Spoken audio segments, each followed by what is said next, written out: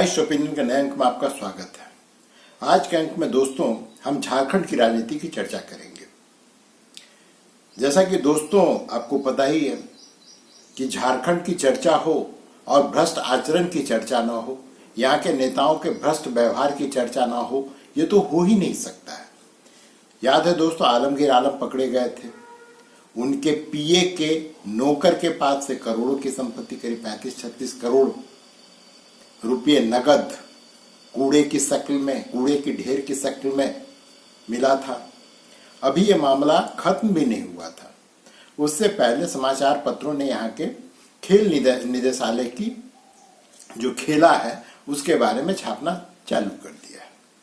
खेल निदेशालय ने कुछ ऐसे बिल को पास कर दिया है, ठेकेदारों के ऐसे बिल को पास कर दिया है जो हास्यास्पद है और लोगों को अचरज में डालने वाला है। खास करके जो झारखंड के बाहर हैं, जो झारखंड को अच्छी तरह से नहीं जानते हैं, उनके लिए ये अनोखा मामला है। भ्रष्टाचार का मामला तो हर राज्य में होता है, लेकिन ये मामला अनोखा है। अनोखा क्यों है अभी मैं आपको बताता हूँ।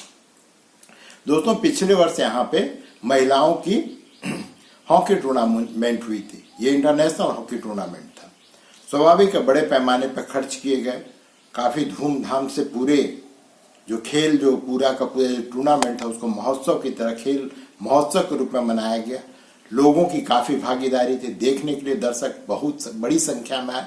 सब कुछ बड़ा अच्छा था, आप इस पर शिकायत नहीं कर सकते। टिकट नहीं था, फ्री में आप जाकर के मैच देख सकते हैं, लाइव टेलीकास्ट हो रहा था, सब कुछ बड़ा अच्छा था। लेकिन जब टूर्नामेंट खत्म हो गया तो जिन ठेकेदारों को इस टूर्नामेंट को आयोजित करने का ठेका दिया गया था, उनके बिल जो है पास होने का समय आया।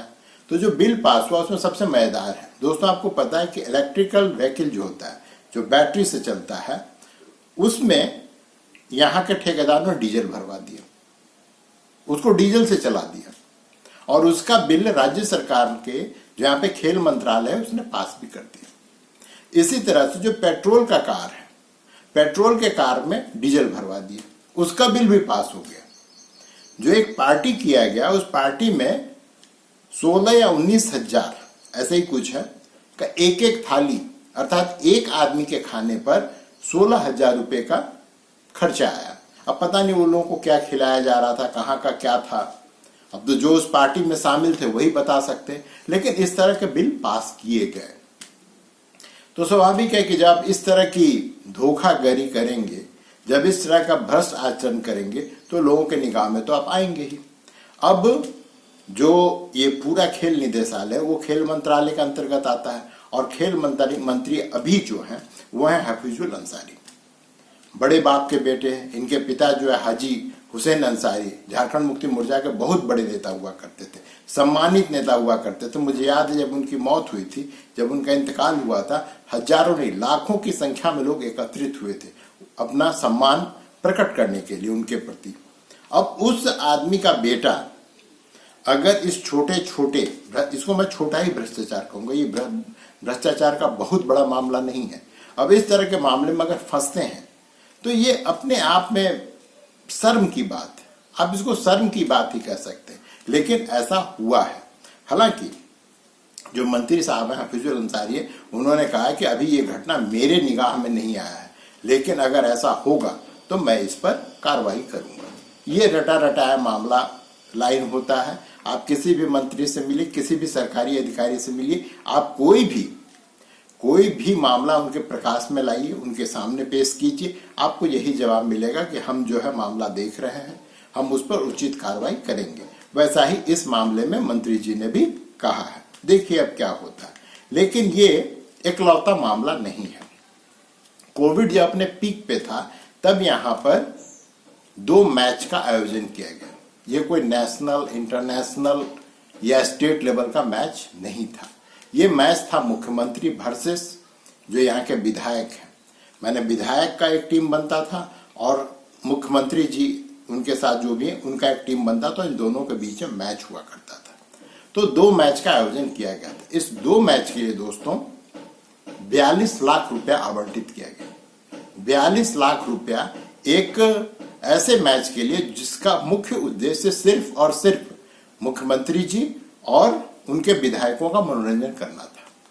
स्वाभाविक है कि उनके लघु भग्गू चेले चमचे भी उसमें शामिल हुए ही होंगे, उन लोगों ने भी मैच का भरपूर मजा लिया होगा। लेकिन सोचिए अगर 42 लाख करोड़ रुपए का यहाँ पे अगर स्पोर्ट्स किट्स, फुटबॉल हो, हॉकी स्टिक हो या और भी कोई भी सामान हो, अगर यहाँ के बच्चों के बीच बांट दिया जाता तो संभवतः, दावा नहीं किया जा सकता, लेकिन ऐसी संभावना है कि भविष्य का खिलाड़ी तो उत्पन्न हो ही सकता था। लेकिन इसकी फिक्र किसको है? इस राज्य में यहाँ पर सबसे बड़े जो यहाँ पे सब कुछ है वह है माननीय के संबंधित अगर कोई मामला हो तो उसकी बात की जा सकती है। उनके मनोरंजन का मामला हो, उनके सुख सुविधा का मामला हो, लेकिन आम जन का मामला जो है कब आवेगा, वो कब प्राथमिकता बनेगी सरकार की।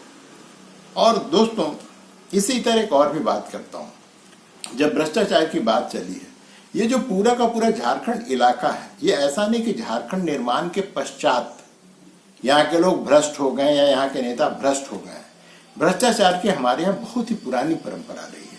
दोस्तों आपको याद होगा कि जो सबसे चर्चित 90 के दशक से लेकर अब तक उसके गुण सुनाई देती, जो सबसे बड़ा घोटाला हुआ था वो चारा घोटाला हुआ था। और चारा घोटाला का जो मामला था वो बिहार, आज का जो बिहार उस क्षेत्र का मामला नहीं था, वो भी झारखंड का ही मामला था। वो देवघर ट्रेजरी का था, चाईबासा ट्रेजरी का था, ये सब के सब आज भी झारखंड में है। तो जो यहाँ के अधिकारी हैं नीचे से लेकर ऊपर तक, वो काफी अनुभवी हैं, जिसको प्रधानमंत्री मोदी ने भी कुछ दिन पहले कहा था कि अनुभवी चोर हैं। ये काफी, मैंने जिसको बोलते हैं वेल स्किल्ड थीव्स हैं। ये कब आपका क्या चुरा लेंगे इसके बारे में कुछ भी कहा नहीं जा सकता है। अब देखिए जो भ्रष्टाचार का मामला है, जब भ्रष्टाचार मैं बार बार कहता हूं कि झारखंड में शिष्टाचार है, आप इसमें कुछ नहीं कर सकते हैं। देखिए आश्वासन तो दिया है मंत्री जी ने, अब देखिए क्या कार्रवाई होती है। अगर होती भी है तो कौन नपते हैं, अगर नपना भी होगा तो कुछ नीचे का 1-2 अधिकारी नप जाएगा, कुछ दिन बाद वो फिर से अपने कुर्सी पर आपको नजर आवेगा। तो फिलहाल अभी इस मुद्दे को छोड़ देते हैं, अब एक और मुद्दे पे बात करते हैं। झारखंड में इन दिनों दोस्तों रोजगार की बहार आई हुई है। 35,000 प्राइमरी टीचर की नियुक्ति होने वाली है। उसको प्राथमिकता दिया जा रहा है कि किसी भी तरह से सितंबर तक इसकी नियुक्ति कर दो। उसके बाद में हर विभाग में आप प्रतिदिन अखबार खोलिए, इस विभाग में इतने हजार, इस विभाग में इतने 100 लोगों की नियुक्ति की जाएगी। बड़ी अच्छी बात है, लोगों को रोजगार मिले, इससे ज्यादा खुशी की बात कुछ हो सकती है क्या? लेकिन दोस्तों यहाँ पे थम के थोड़ा सोचिए कि इस सरकार का, मैं हेमंत सोरेन और चंपई जो सोरेन हैं, इन जो दो मुख्यमंत्री हैं, पहले हेमंत सोरेन तभी चंपई हैं, तो इन दोनों ही मुख्यमंत्री के कार्यकाल में कितने लोगों को रोजगार दिया गया? 4.5 साल गुजर चुका है, अब सिर्फ 4 या 5 महीना इस सरकार का कार्यकाल बाकी है। आपको इतने दिनों तक समय नहीं मिला, इतने दिनों तक आपको समझ में नहीं आया कि झारखंड में बेरोजगार भी हैं, उनको नौकरी भी दिया जाना चाहिए। और क्या आपको ये पता नहीं था आपके हर विभाग में बहुत बड़ी संख्या में रिक्त पद हैं और उन रिक्त पदों को भरना जरूरी है। अगर रिक्त पद भरे नहीं जाएंगे तो स्वाभाविक है कि उस कार्यालय का कार्य भी प्रभावित होगा, वो अपने उच्चतम स्तर पर कार्य नहीं कर पाएगी। तो आपको 4.5 साल तक ये ध्यान नहीं आया। अब ये 6 महीना जब बचा हुआ है कार्यकाल, तब आपको ध्यान आया कि हमको किसी तरह से सारे लोगों को नौकरी देनी है। क्यों देनी है? क्योंकि आपको अब जो सो फिर से चुनाव में जाना है और चुनाव में जाकर के ढिंढोरा पीटना है कि देखो मैंने इतने लोगों को नौकरी दे दी। अगर आप नौकरी देते हैं तो ढिंढोरा पीटना आपका हक है, लेकिन क्या यह संभव हो पाएगा? दोस्तों जून का महीना चल रहा है, मान लिया जाए कि अगर आप किसी भी नियुक्ति के लिए अगर आप फॉर्म भरने के लिए 15 दिन का ही समय देते हैं छात्रों को, तो हम जुलाई में पहुंच जाएंगे और उसके बाद कम से कम आपको 30 दिन का समय देना पड़ेगा परीक्षा के लिए। 30 दिन अर्थात 90 दिन का 30 दिन बोले 3 महीने का समय देना पड़ेगा, अर्थात 90 दिन का समय आपको परीक्षार्थी को देना पड़ेगा तैयारी करने के लिए। तो आ जाता आपका अक्टूबर। अब अक्टूबर माह में तो आप आचार संहिता लागू हो चुका होगा, तो आप नौकरी दोगे कब? अब इसमें बड़ा ट्रिक है। ट्रिक ये है दोस्तों कि इन्होंने घोषणा कर दी, अब ये चुनाव में जाएंगे, ढिंढोरा पीटेंगे, देखो मैंने इतने नियुक्ति का ये निकाल दिया है, मैंने पब्लिश कर दिया इतने पदों पर नियुक्ति होने की। अगर ये चुनाव जीत गए, भाई इसी कारण से जीत गए कि इन्होंने रोजगार देने की बात की। अगर हार गए और उसके बाद जो नई सरकार बनेगी वो जब जब नियुक्ति करेगी तब तक नहीं, देखो हम ही ने तो प्रकाशित किया था, ये हमारा ही द्वारा किया हुआ कार्य को अपने नाम पे कह रहा है, ये कह रहा है कि हम नियुक्ति किए, ये नहीं किया है, तो ये होने वाला है। लेकिन इससे इतर दोस्तों, रोजगार और झारखंड पर एक बात मैं आपको स्पष्ट कर दूं, पिछले 24 साल से इस राज्य को बने हुए 24 साल हो गए, यहां पे कोई भी एक परीक्षा, अगर आप लोग जो देख रहे हैं उनमें से किसी को अगर पता हो तो मुझे जरूर खबर करें, कोई एक परीक्षा बिना किसी विवाद के संपन्न हो पाया है?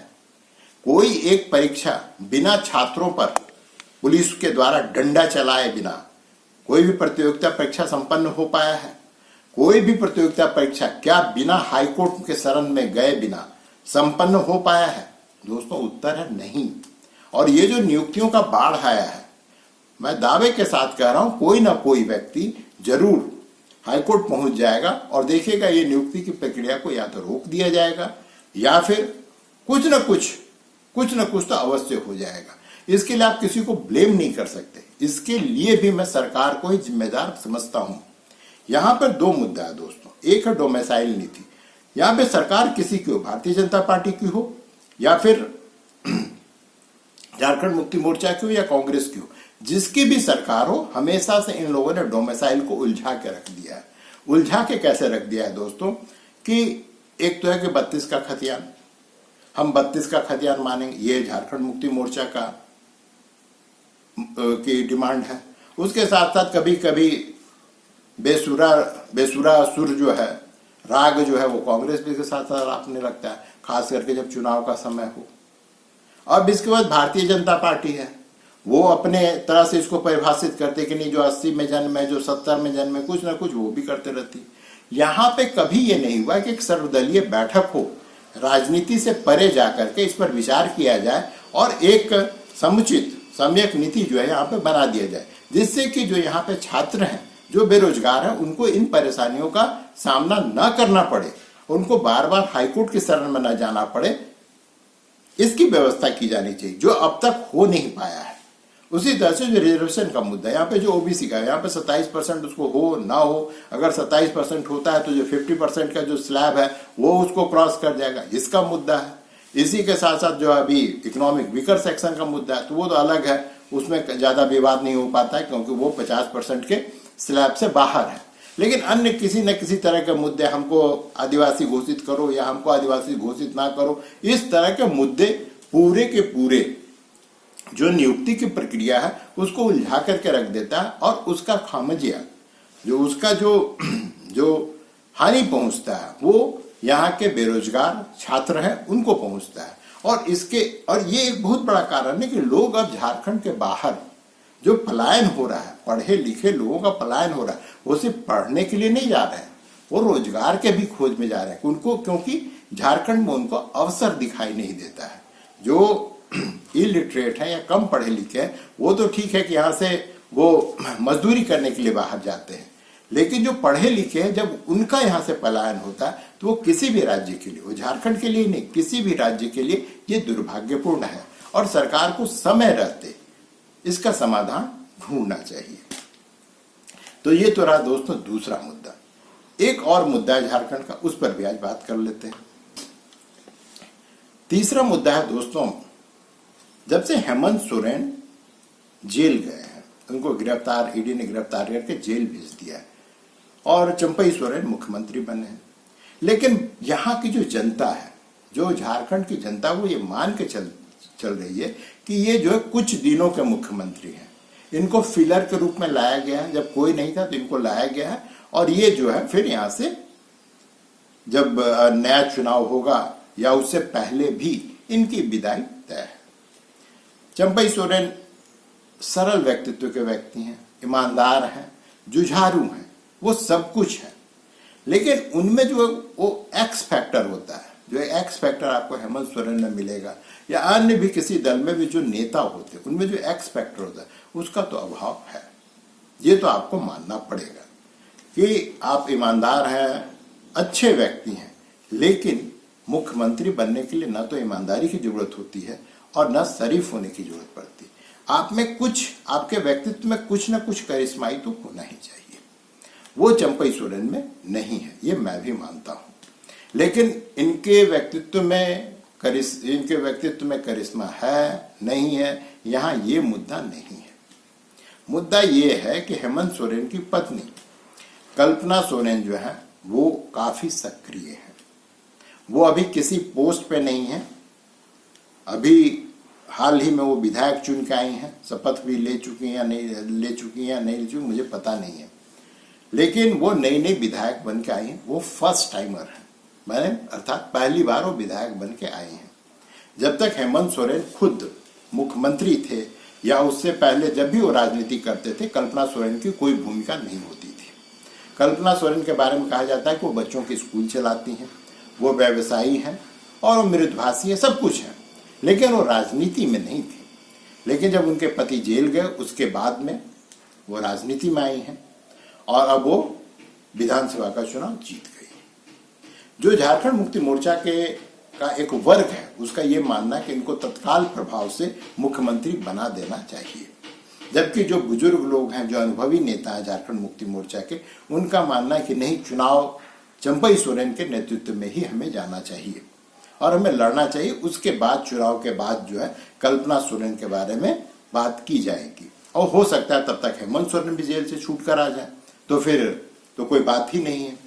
अब चंपई सोरेन मुख्यमंत्री बनेंगी नहीं बनेंगी, अगर बन जाएंगी तो उसका क्या प्रभाव पड़ेगा और नहीं बनेंगी तो उसका क्या प्रभाव पड़ेगा। देखिए, कल्पना सोरेन मुख्यमंत्री बने या ना बने, जो चुनाव की कमान झारखंड मुक्ति मोर्चा जो चुनाव में जाएगी उसकी कमान ये तय है कि वो कल्पना सोरेन के हाथों में होगा।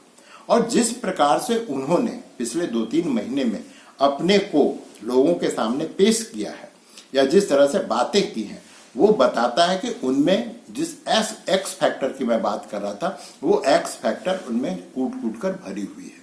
वो आसानी से लोगों से कनेक्ट कर पाती हैं, आसानी से अपनी बात को कम्युनिकेट कर पाती हैं और लोगों के बीच में ऐसा लगता है जैसे कि वो जननायक बनने वाली उनमें काबिलियत है। अब अगर आप चंपई सोरेन मुख्यमंत्री रहते हैं और आप कल्पना सोरेन के हाथों में सिर्फ चुनाव का कमान होता है, तो वैसे भी जो है चंपई सोरेन की भूमिका जो है काफी बैकग्राउंड में चली जाएगी, जो पिछले दिनों देखने को भी मिला। जब भी इंडी अलायंस की बैठक हुई है, चाहे वो दिल्ली में हो या फिर झारखंड में हो, रांची में हो, जहां भी हुई हो, जहां पर भी आयोजित किया गया है, वहां पर चंपई सोरेन कहीं ना कहीं बैकग्राउंड में थे। जो कहते हैं ना फ्रंट फुट पर खेलना, तो फ्रंट फुट पे जो है कल्पना सोरेन खेल रही थी। अभी जब 4 जून के बाद जब इंडिया अलायंस की बैठक हुई, वहां पे आपने देखा होगा दोस्तों कि वो किस तरह से सबसे आगे की पंक्ति में थी। जहां पर फोटो खींचा जा रहा था वहां भी सबसे आगे थी। चंपई सोरेन को ढूंढना पड़ रहा था कि इन लोगों के, नेताओं के जो भीड़ है उसमें है कहाँ पर, पता नहीं वो थे भी कि नहीं थे। और जिस प्रकार से यहाँ पे चुनाव प्रचार के दौरान जो भी केंद्रीय नेता कांग्रेस के आया करते थे, दिल्ली से आया करते थे, वो सबके सब जो है, चाहे वो किसी भी पार्टी को, वो कल्पना सोरेन से ही मिला करते थे। तो कल्पना सोरेन आज के तारीख में क्राउनलेस क्वीन है, जिनके माथे पे ताज नहीं है, जो मुख्यमंत्री नहीं है, लेकिन वो मुख्यमंत्री से ऊपर है। चंपई सोरेन संवैधानिक रूप से मुख्यमंत्री हैं, लेकिन उनके पास में जो ऑफिशियल वर्क है उसको करने के सिवा उनके पास में कोई काम नहीं है। और उनके व्यक्तित्व में ऐसा भी कुछ नहीं दिखाई दे रहा है कि वो लोगों के बीच जाकर के लोगों को प्रभावित भी कर पाएंगे। तो स्वाभाविक है कि मुख्यमंत्री कल्पना सोरेन को बनाया जाए 3-4 महीना के लिए, तब भी, और या ना बनाया जाए, नहीं बनाने पर भी कमान जो है वो कल्पना सोरेन के हाथ में ही होगी, ये तो तय है। अब इसके साथ ही साथ आपने अगर उनकी सभाओं को अगर थोड़ा गौर से देखा होगा दोस्तों, तो आपने देखा होगा कि जहां एक और युवा वर्ग तो उनके पीछे खड़ा ही है, साथ ही साथ जो बुजुर्ग हैं, खास करके जो बुजुर्ग महिलाएं हैं, वो सब के सब जो है इनको आशीर्वाद देने की भूमिका में होती हैं, जो किसी भी जननायक के लिए, किसी भी बड़े नेता के लिए बहुत ही जरूरी है। तो आने वाले समय में जो यहाँ पे लड़ाई होगी, हेमंत सोरेन जेल से आवे या ना आवे, झारखंड मुक्ति मोर्चा को इससे कोई ज्यादा फर्क पड़ने वाला नहीं है। हेमंत सोरेन अगर जेल में है तो इनके पास एक मुद्दा है कि देखो तुम्हारे भैया को जेल में रखा हुआ है। अगर वो बाहर आते हैं तो फिर वो कहेंगे देखो मैं आदिवासी हूँ इसलिए मुझे सताया गया। और इसमें कुछ सत्यता भी है। जब केजरीवाल को चुनाव प्रचार करने के लिए सुप्रीम कोर्ट 20 दिन के लिए जमानत दे सकती है, तो भाई हेमंत सोरेन को 20 दिन की जमानत देने में क्या समस्या थी? भाई इनको भी तो 20 दिन के लिए छोड़ा जा सकता था कि भाई आप इनको जमानत दे दीजिए, ये भी चुनाव प्रचार करें। तो जो ये दोहरा रवैया है ये तो न्यायालय की दिखाई पड़ती है। और अगर ये उसके बाद अगर झारखंड मुक्ति मोर्चा के नेता ये कहते हैं कि हमारे साथ में अन्याय हो रहा है, तो उसमें गलत भी नहीं है। भाई आपने क्यों नहीं उनको जमानत दिया? तो हेमंत सोरेन जेल में अगर रहते हैं तो भी झारखंड मुक्ति मोर्चा के लिए बल्ले बल्ले है, अगर वो बाहर आ जाते हैं तब भी बल्ले बल्ले है। पहले इनके पास में सिर्फ एक हेमंत सोरेन थे, अब कल्पना सोरेन के रूप में इनके पास में एक नई शक्ति, एक नारी शक्ति जो है इनके साथ में जुड़ गई है, और जिसका प्रभाव आने वाले दिनों में दोस्तों जरूर ही विधानसभा के चुनाव पे जरूर ही पड़ेगा। अब देखते जाइए कल्पना सोरेन भविष्य में और क्या क्या करती हैं। जब वो कुछ करेंगी, जब कुछ होगा तो हम लोग फिर मिल बैठ के बात करेंगे। दोस्तों आज के लिए इतना ही। अगले अंक में फिर मिलते हैं किसी नए मुद्दे के साथ में। तब तक के लिए